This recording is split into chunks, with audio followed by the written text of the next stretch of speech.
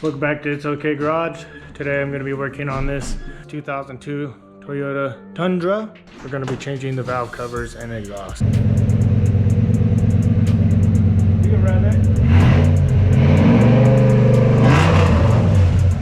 Alright, for the exhaust side of things, this is the reason why we're going to be putting a new one on. It's a little blown out, I would say. Gonna cut it right here, cut it right there, re-weld it on. This is the exhaust all torn off. Put the link in the description of the one I used. All right, new exhaust is throwing on real quick.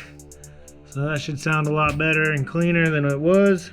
So I need some light. I want to take this hood off. So we're gonna undo these hood struts, pop off the two 12s on each side, lift it up and put it up out of the way. First thing I'm gonna start off with to get these valve cover gaskets replaced is undo this intake.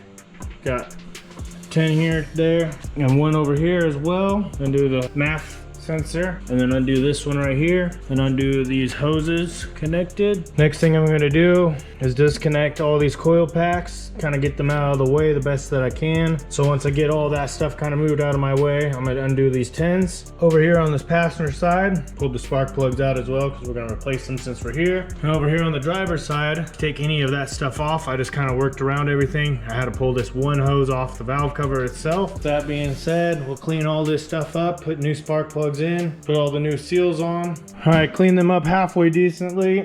Got the new gaskets all the way on. I already put the new spark plugs in, so let's put these valve covers back on. Now that I got the valve covers on in place with the spark plug tube O-rings that are underneath, sometimes you're gonna have to come in with a little probe and kind of spin it around is the best way I would recommend. So I would start from your left side if you're right-handed, hold it down, go like that, and then hold it with your left hand and just work each one way down, or you can put a bolt in it and just basically to get them all in over the spark plug tubes. I'm going to put those coil packs back on and then install this cold air intake. Now I got all the valve covers back on, cold air intake back in, throw that hood on and get it started up.